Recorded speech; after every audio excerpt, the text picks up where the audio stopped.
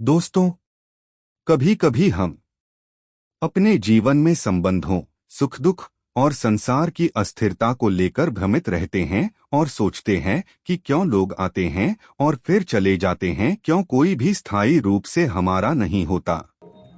ऐसे कई सवाल हमारे मन में चलते रहते हैं। प्रकृति के बीच की शांति हमारे मन को थोड़ा शांत करती है, लेकिन फिर भी हमारे भीतर की बेचैनी हमें सवाल पूछने पर मजबूर कर देती है। क्या कोई सच में मेरा है? क्या कोई कभी स्थायी रूप से मेरे साथ रहेगा? क्यों लोग हमें छोड़ जाते हैं? हमें अपने जीवन में हुई घटनाएं याद आती हैं, किसी प्रियजन की मृत्यु, किसी मित्र का बिछड़ना। दोस्तों, हम समझ नहीं पाते कि क्यों कोई अपना नहीं होता। हम इतने रिश्ते बनाते हैं और फिर एक दिन वो रिश्ता टूट जाता है। क्या ऐसा कोई तरीका नहीं है जिससे हम स्थायी सुख और स्थायी संबंध पा सकें? तो दोस्तों, आइए हम इस गहन विचार को समझने के लिए गौतम बुद्ध की सबसे महत्वपूर्ण शिक्षाएं शामिल हों और यह समझने का प्रयास करें कि कोई अपना नहीं होता का मतलब वास्तव में क्या है और यह हमें कैसे जीवन के दुखों से मुक्त कर सकता है। गौतम बुद्ध की शिक्षाओं में सबसे महत्वपूर्ण शिक्षा अनिच्चा या अस्थिरता का सिद्धांत है। उनका कहना था कि यह संसार, इसमें रहने वाली सभी वस्तुएं और व्यक्ति सब अस्थायी हैं। कोई भी स्थिति या रिश्ता स्थायी नहीं है। यह संसार एक प्रवाह की तरह है। हर क्षण कुछ न कुछ बदल रहा है। हम जो महसूस करते हैं, जिस चीज के साथ जुड़ते हैं, वह भी बदल रही है। जैसे वृक्षों के पत्ते हर मौसम में बदलते हैं, वैसे ही जीवन के रिश्ते और घटनाएं भी बदलती रहती हैं। यह परिवर्तन संसार का नियम है। हम अपने प्रियजनों से जुड़ते हैं और उन्हें अपना मानते हैं, लेकिन जब वो लोग हमारे जीवन से चले जाते हैं या बदल जाते हैं तो हमें दुख होता है। यह दुख इसलिए है क्योंकि हमने यह मान लिया था कि वो हमारे हैं। जब हम यह सोचते हैं कि कोई व्यक्ति हमेशा हमारे साथ रहेगा या हमें कुछ स्थायी सुख देगा, तब हम अपने आप को भ्रम में डाल लेते हैं। यह भ्रम ही दुख का कारण बनता है। गौतम बुद्ध ने यह सिखाया कि दुनिया में कुछ भी स्थायी नहीं है। रिश्ते, वस्तुएं, अनुभव, भावनाएं, यह सब कुछ समय के साथ बदलता है। जब हम यह सोचते हैं कि कोई व्यक्ति या वस्तु स्थायी रूप से हमारी है, तो हम दुख का बीज बो देते हैं।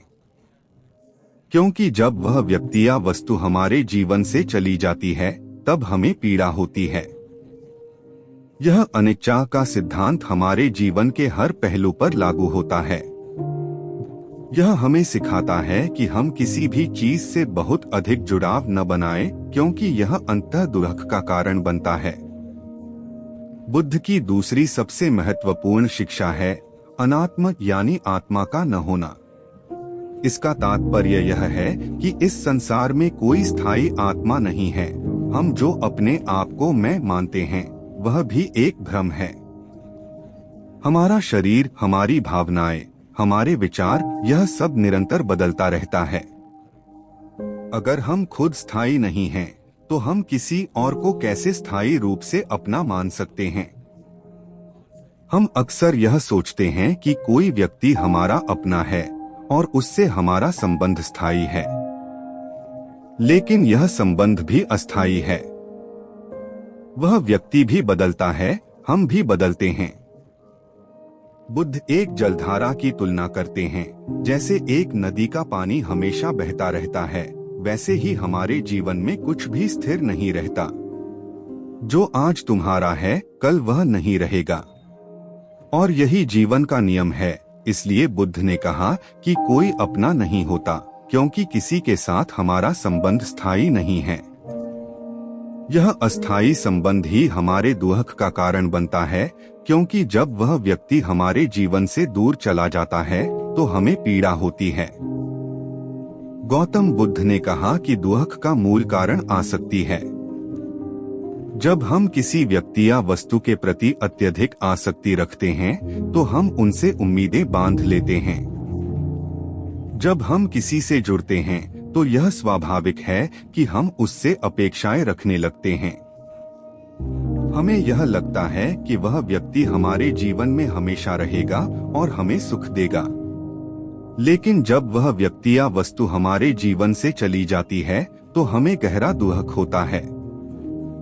उदाहरण के लिए, यदि हम अपने किसी प्रियजन से अत्यधिक जुड़ाव रखते हैं और उसे अपना मानते हैं तो उसकी अनुपस्थिति में हमें भारी दुख होता है। यह इसलिए होता है क्योंकि हमने उस व्यक्ति को अपना मान लिया था। बुद्ध ने कहा कि संसार की वस्तुएं और व्यक्ति अस्थायी हैं और उनसे आसक्ति रखना ही दुख का कारण है। जब हम यह समझते हैं कि कुछ भी स्थायी नहीं है, तब हम अपनी आसक्ति से मुक्त हो सकते हैं। यह मुक्ति हमें आंतरिक शांति की ओर ले जाती है, क्योंकि तब हम किसी चीज या व्यक्ति से अपेक्षा नहीं रखते कि वह हमेशा हमारे साथ रहेगा। तो चलिए दोस्तों, हम इसे गौतम बुद्ध की प्रसिद्ध कहानी से समझते हैं। कोई अपना क्यों नहीं होता, जिसका नाम है गौतमी की कथा। गौतमी का एकमात्र पुत्र मर गया था और वह गहरे शोक में थी। उसने हर किसी से अपने पुत्र को जीवित करने के लिए मदद मांगी, लेकिन कोई उसकी मदद नहीं कर सका। जब वह गौतम बुद्ध के पास पहुंची तो बुद्ध ने उसे एक सरसों का दाना लाने को कहा, लेकिन शर्त यह थी कि वह दाना ऐसे घर से लाना था जहां किसी की मृत्यु न हुई हो। गौतमी ने गांव के हर घर में जाकर सरसों के दाने मांगे, लेकिन उसे ऐसा कोई घर नहीं मिला जहां किसी की मृत्यु न हुई हो। तब उसे यह समझ में आया कि मृत्यु और दुख संसार का स्वाभाविक नियम है और कोई भी व्यक्ति हमारा स्थायी रूप से अपना नहीं हो सकता। इस कहानी के माध्यम से बुद्ध हमें यह सिखाते हैं कि मृत्यु और परिवर्तन जीवन का स्वाभाविक हिस्सा है। कोई भी व्यक्ति स्थायी रूप से हमारा नहीं हो सकता और इससे हमें यह समझने की आवश्यकता है कि हमारे जीवन में कोई भी चीज या व्यक्ति हमारे साथ हमेशा नहीं रह सकता। गौतम बुद्ध ने सिखाया कि दुख से मुक्ति पाने का मार्ग है वैराग्य और करुणा। वैराग्य का अर्थ है कि हम संसार की वस्तुओं और व्यक्तियों से जुड़े, लेकिन उन पर अधिकार न रखें। उदाहरण के लिए, बुद्ध एक फूल की तुलना करते हैं, जैसे एक सुगंधित फूल अपनी महक सबको बांटता है लेकिन किसी पर अधिकार नहीं करता, वैसे ही हमें अपने रिश्तों में प्रेम और करुणा बांटनी चाहिए, लेकिन किसी को अपना समझकर उस पर अधिकार नहीं करना चाहिए। बुद्ध यह भी सिखाते हैं कि वैराग्य का अर्थ किसी से दूर होना नहीं है, बल्कि करुणा के साथ जुड़ना है। जब हम किसी से बिना स्वार्थ के प्रेम करते हैं, तब हमारा प्रेम शुद्ध होता है और हमें दुख का सामना नहीं करना पड़ता। कहानी का अंत इस गहन विचार के साथ होता है कि कोई अपना नहीं होता। गौतम बुद्ध की यह शिक्षा हमें यह सिखाती है कि संसार में कुछ भी स्थायी नहीं है। जब हम यह समझ लेते हैं कि कोई भी व्यक्ति या वस्तु स्थायी रूप से हमारी नहीं हो सकती, तब हम अपने जीवन में शांति प्राप्त कर सकते हैं। हम अपने रिश्तों, भावनाओं और इच्छाओं के प्रति वैराग्य और करुणा का भाव रखते हुए जी सकते हैं। इस सत्य को स्वीकार कर हम जीवन के हर पल को उसकी अस्थायी सच्चाई के साथ स्वीकार कर सकते हैं और उससे मुक्त हो सकते हैं।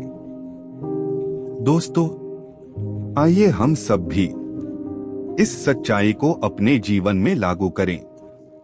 अपने आसपास के रिश्तों और भावनाओं को बिना किसी स्वार्थ या अपेक्षा के स्वीकारें और जीवन की अस्थिरता को गहराई से समझें, ताकि हम भी अपने जीवन से दुख और पीड़ा को मुक्त कर सके और सच्ची शांति प्राप्त करें। तो दोस्तों, आज की कहानी आपको कैसी लगी? अच्छी लगी हो तो कमेंट सेक्शन में जरूर बताइएगा और चैनल को सब्सक्राइब करके बेल आइकन पर प्रेस कर दीजिएगा। तब तक हम अगले वीडियो में मिलेंगे। अपना ख्याल रखें।